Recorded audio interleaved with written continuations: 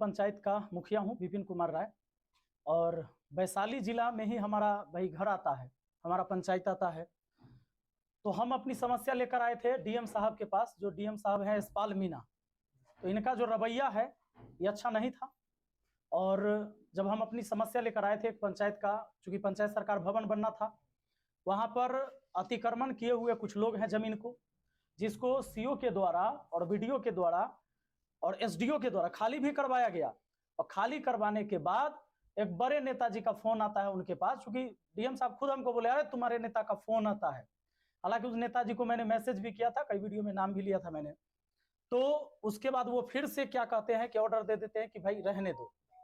अब दोबारा लोग वहां पर जाके फिर गाड़ देते हैं तिरपाल। पंचायत सरकार भवन का निर्माण का जो कार्य था वो बाधित हो गया, रुक गया। इसी के लिए मैं एक आवेदन लेकर डीएम साहब के पास आया था कि सर वो एक कार्य हो रहा था मेरे पंचायत में, वो क्यों रुक गया। तो डीएम साहब का जो तरीका था हमसे मिलने का, वो तरीका अच्छा नहीं था। जैसे ही हम अंदर प्रवेश किए थे तो पहले तो हम गए तो बोले प्रणाम सर, भाई कोई अधिकारी है, हम लोग का एक संस्कार में भी बनता है। तो उन्होंने कुछ बोला नहीं। हाँ कौन हो तुम?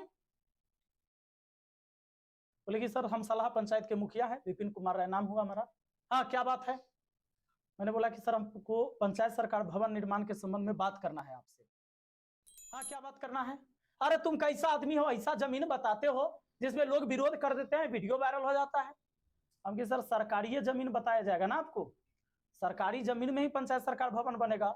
और जो एनओसी दिया गया सीओ के द्वारा, उसके बाद ही तो वर्क ऑर्डर पास हुआ।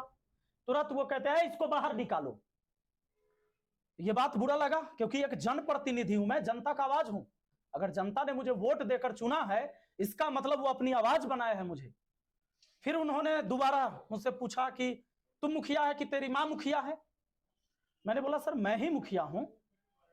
तो फिर उसके बाद भी उन्होंने कई सारे शब्द कहे कि तुम नया नया अभी मुखिया बने हो। उन्होंने पूरे बात करते टाइम में 3 बार बोला कि अरे इसको बाहर निकालो। लेकिन मैं सैल्यूट करता हूं उन जवानों को जिन्होंने मुझे, किसी ने जबरदस्ती बाहर नहीं निकाला।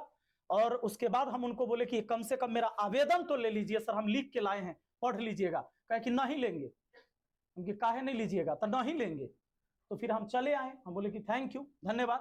हालांकि वही आवेदन आज दोबारा मैं लेकर आया था और मैंने लोगों से आह्वान किया था कि भाई आपकी भी अगर समस्या, ये मेरी समस्या थी, अगर वैशाली जिला के किसी भी व्यक्ति का समस्या है तो अपनी अपनी समस्या लेकर पहुंचिए डीएम कार्यालय आज 11 बजे। हजारों लोग आए यहां पर। जब हजारों लोग आए, बहुत सारे पुलिस प्रशासन की व्यवस्था भी थी, अच्छी बात है। मैं भी चाहता था कि कानून की धज्जियां न उड़े, जो सारी चीजें हो वो संवैधानिक तरीके से हो, और व्यवस्थाएं पूरा दुरुस्त था प्रशासन की। वहां पर बहुत सारे लोग पहुंचे, सब अपना अपना आवेदन लेके। हालांकि डीएम साहब गायब हो गए। अब पता ना काहे गायब हो गए, अब तो वही जानेंगे, आप लोग जाके पूछिएगा। क्योंकि इससे पहले मुझे पता चला था, कुछ लोगों ने बताया कि वीसी हो रहा था और कहा गया कि 1:30 बजे से मिलेंगे लोगों से। बहुत सारे लोग आवेदन लेके जब गए थे तो कहे कि 1:30 बजे से मिलेंगे। तो हम भी तैयार थे, 11 बजे न गए, हम सोचे अब 1:30 बजे जाएंगे कि डीएम साहब मिले। लेकिन डीएम साहब हो गए गायब। तो अब मिले एसडीएम साहब। उन्होंने कहा कि सर आप अपनी समस्या मुझे बताइए और आपकी समस्या का समाधान हम करेंगे, इसकी जांच होगी, कार्रवाई होगी। तो मैंने उनको अपना समस्या बताया, अपना आवेदन दिया, उन्होंने आवेदन स्वीकार किया। और जितने भी लोग आए थे मैंने अपील भी किया कि भाई आप आवेदन दीजिए, चूंकि अब डीएम साहब तो गायब हैं, डीएम साहब है नहीं, तो आप उनको आवेदन दे सकते हैं। और मैं एसडीएम साहब से फिर जानना चाहूंगा कि कितने आवेदन आए और कितने आवेदन का निपटारा हुआ। हालांकि मैंने ये भी कहा है कि यह भी आश्वासन दिया जाए आवेदन लेने के बाद कि आपके इस आवेदन के समस्या का निपटारा कब तक होगा।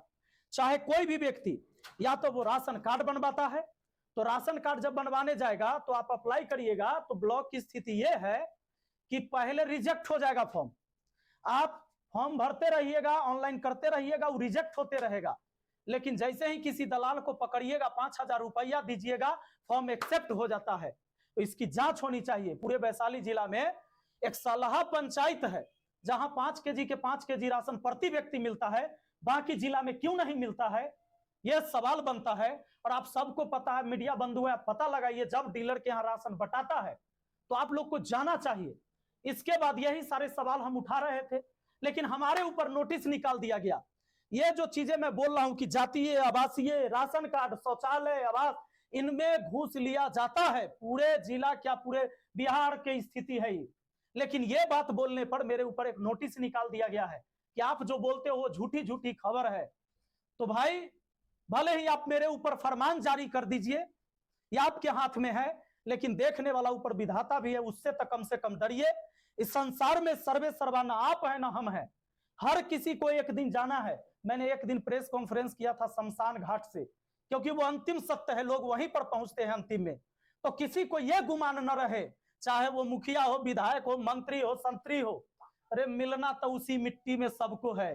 राजा हो या रंक, सभी का अंत एक सा हो। फिर किस बात का गुमान और किस पद का गुमान। लेकिन अगर आप पढ़ लिख कर आए हैं तो आप अपने समाज की उन्नति के लिए आए हैं, इसलिए इस पर कार्य करना चाहिए।